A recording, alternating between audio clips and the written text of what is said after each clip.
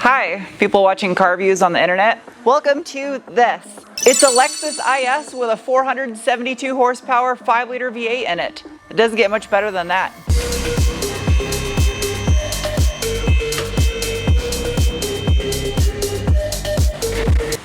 Yeah, look at those quad tips. I love how Lexus does the staggered upwards tips on their vehicles. Also, the rear bumper valance diffuser is accompanied by an additional underbody diffuser behind the rear subframe, which is manufactured out of steel and houses the Torsen limited slip differential with a 3.133 final drive ratio. I like that it gets the Torsen unit and not just the torque vectoring diff you get in some of the other F models. Kind of disappointed to see how much they smushed the exhaust piping underneath the rear subframe, considering I can stick a whole foam hand under it. The IS utilizes a multi-link rear suspension setup, partially steel and aluminum in construction. Rear anti-sway bar stuffed way up above the subframe. Have fun changing that.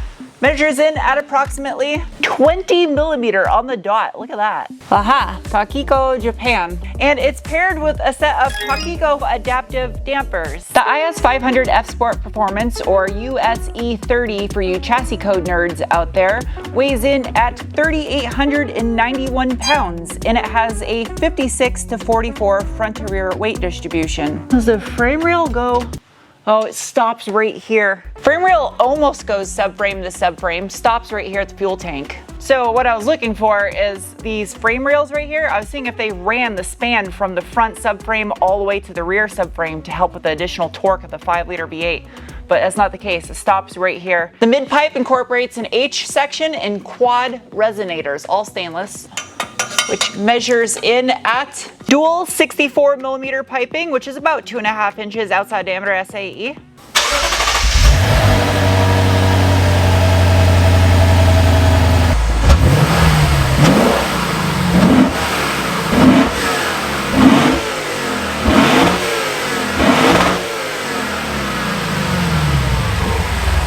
As far as the transmission goes, there's only one option available with the 5-liter V8, and that is the AA80E 8-speed automatic transmission manufactured by IS500 for Toyota Lexus. Located just above this little piece of aerodynamic plastic with some vents for cooling, it has a maximum torque input rating of 550 Newton meters, or approximately 406 pound-feet of torque.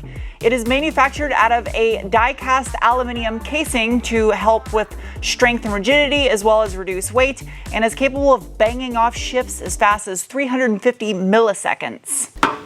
More chassis bracing. Up front, you have a double wishbone suspension configuration, all of which manufactured out of aluminum, including the front subframe assembly. Again, paired with those Takiko dampers, pretty large diameter lower ball joint, front anti-sway bar with an adorable little end link.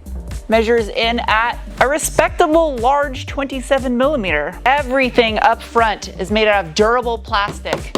No stupid hairy cardboard. I place so much focus on the materials utilized in construction of a vehicle because I restore cars for a living on this channel, if you haven't noticed by now, and that type of stuff matters the most on longevity of a vehicle. Like black zinc coated metal hardware instead of cheap plastic pop clips that'll just deteriorate and fall apart.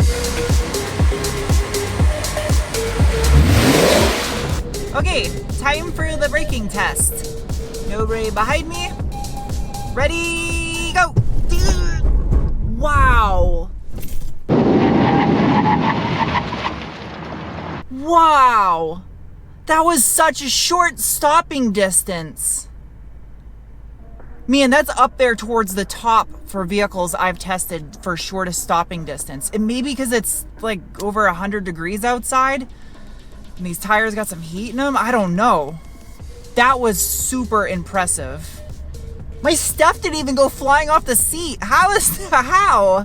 That braking was just accomplished thanks to a 14-inch or 355 millimeter two-piece front rotor with a 4-piston monoblock caliper. The wheels, these are the optional forged BBSs. Up front, you get a 19 by 8.5 wrapped in a 235/40 Bridgestone Potenza S001L tire. Out back, you get a significantly smaller 12.7-inch rotor, or 323 millimeters, with a single piston floating caliper, but you get a larger 19 by 9.5 wheel wrapped in a 265/35 19-inch Bridgestone Potenza S001L tire. In the name of science, it is now to give it the beans. Bolstering assessment. Good. Great bolstering. These seats are heated and ventilated. Of course, I have that ventilation on full right now because it is hot. The steering wheel is also heated, and the shape of it looks a lot like the Supra steering wheel, just overall shape of it. It's a better looking steering wheel than the Supra though, that's for sure. It's got the little F Sport logo on the bottom. It does have the flappy paddles in the back, which are plastic so it won't burn your fingertips off in the sun. And of course, the robotic gauge cluster that moves over. I think this is the last Lexus model to use this. You can go through all the standard safety features this thing comes with. As far as drive modes go, I have the knob in the center console. You can go from Eco, press it for normal or for custom, rotate it for Sport, and again for Sport Plus. And then you have your button for snow in case you want to drive this in the winter right below that, as well as to defeat your traction control. You can tap it once and it'll turn off traction control, or you can hold it down and that will turn off VSC and all the other robot nannies. And just like the track in the Fuji Speedway RCF, you get that real torsion out back, so there's no button for torque vectoring rear diff. You can also slap it over into manual mode and use it like a sequential if you don't want to use the paddles. Now, unfortunately, there is no formal launch control in this, unlike the RCF, so I'm just gonna wing it and see what happens. Launch control, Sarah mode. Ready? Good, that's good enough. Yeah. This sounds so good. That's good.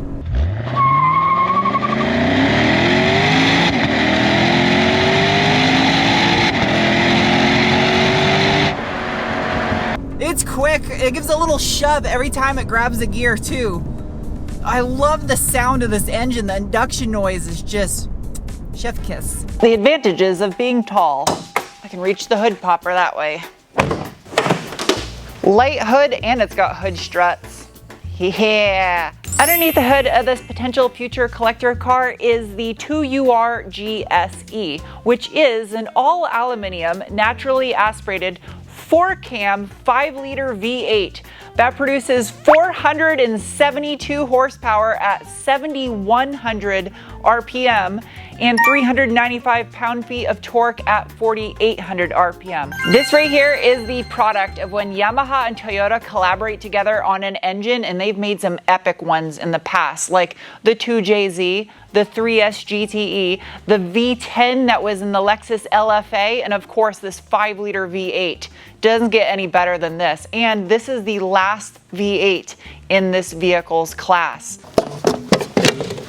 Sadly, it doesn't have the blue anodized intake plenum like you got on some of the other models of this engine. Aluminium valve cover. Both Denso-sourced injector drivers are mounted directly on top of the valve covers. Here are the little robot barnacles for the dampers. Now, this is the last of the trilogy of 3 engines from Toyota Lexus, the 1, 2, and 3 UR. 4.6 and 5.7 liters have already been kind of phased out in their respective vehicles. Now, digging a little bit deeper on this engine, it has a 94 by 89.5 millimeter bore and stroke over squared with a 12.3:1 compression ratio, and of course the Yamaha sourced cylinder heads with titanium inlet valves. It has dual VVT-IE on both intake and exhaust cams. That's their form of variable valve timing.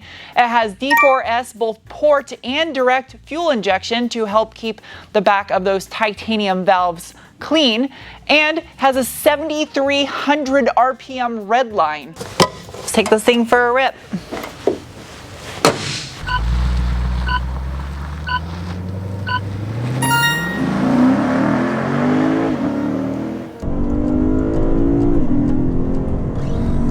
Love the sound of that engine. That sound! Oh, it just doesn't get old.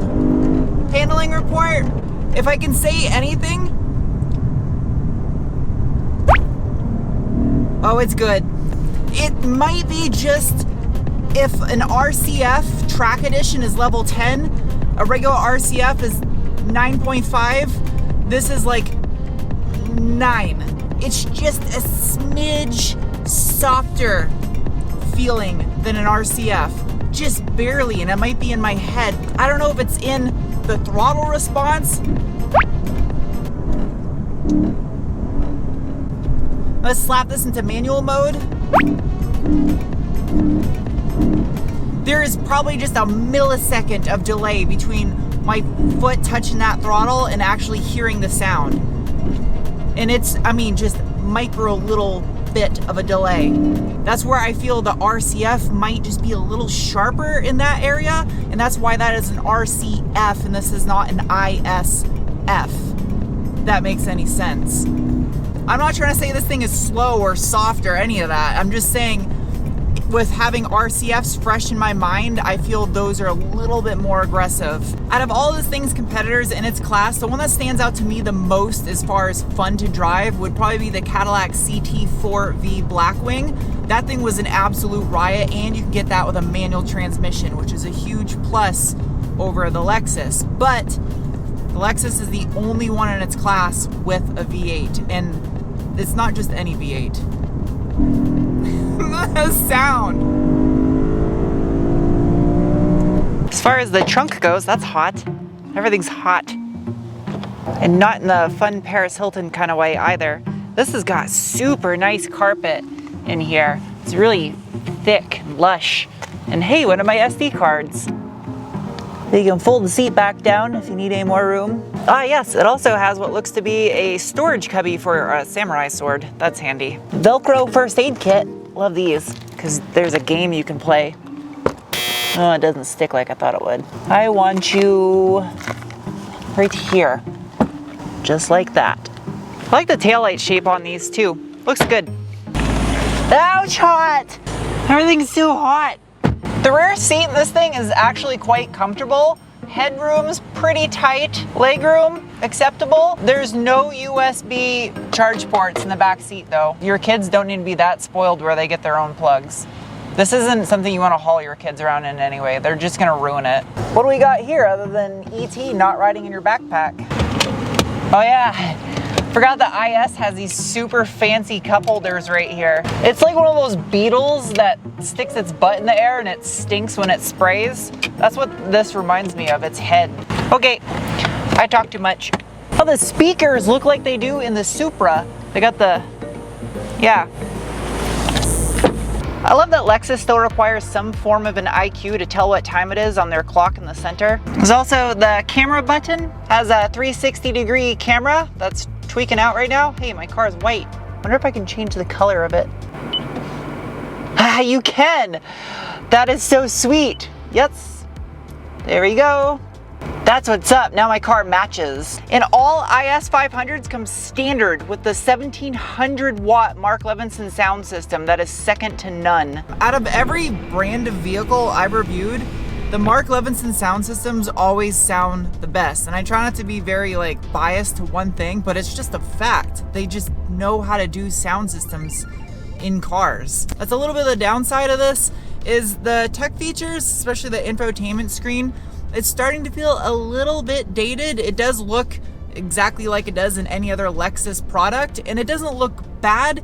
It's just starting to show a little bit of age in the graphics and colors and stuff that they use in the menu. Also, something that's a bit of a letdown is there is no performance monitor or track apps or anything fun like that in the infotainment system like you get with the Mercedes AMG vehicles. I wish Lexus would do something like that, especially on an F model vehicle. For the price, the only car I think is better value that's a competitor is the Audi S4, which I've never reviewed, not because I don't want to, just because Audi doesn't really send me cars to review. The other strong point of this car is something that you see with the GSF and the RCF and also the LC500 is there's not very many of them out there. And also the fact that they offer this in a limited special color, that molten orange, is so pretty. I wish I would have had one of those for a review for you guys to see, although this infrared is also equally as pretty of a color. Lexus just has a good array of options in the color palette for their vehicles. I also wouldn't be surprised if you end up seeing one of these things hit 500,000 miles without a sweat, because it's essentially a Toyota V8. Fuel economy wise, for this thing having a big 5-liter V8, it's not terrible, especially considering looking at some of the turbocharged 6-cylinder competitors. I'd say it's pretty much on par with those. With everything pushing towards electrification now, I'm glad to see that something like this still exists. It truly is the last of its kind, and they don't really sell a ton of these, so this is gonna be even more special when they're all long gone and all we have left is space bubbles that transport us from one pod to another.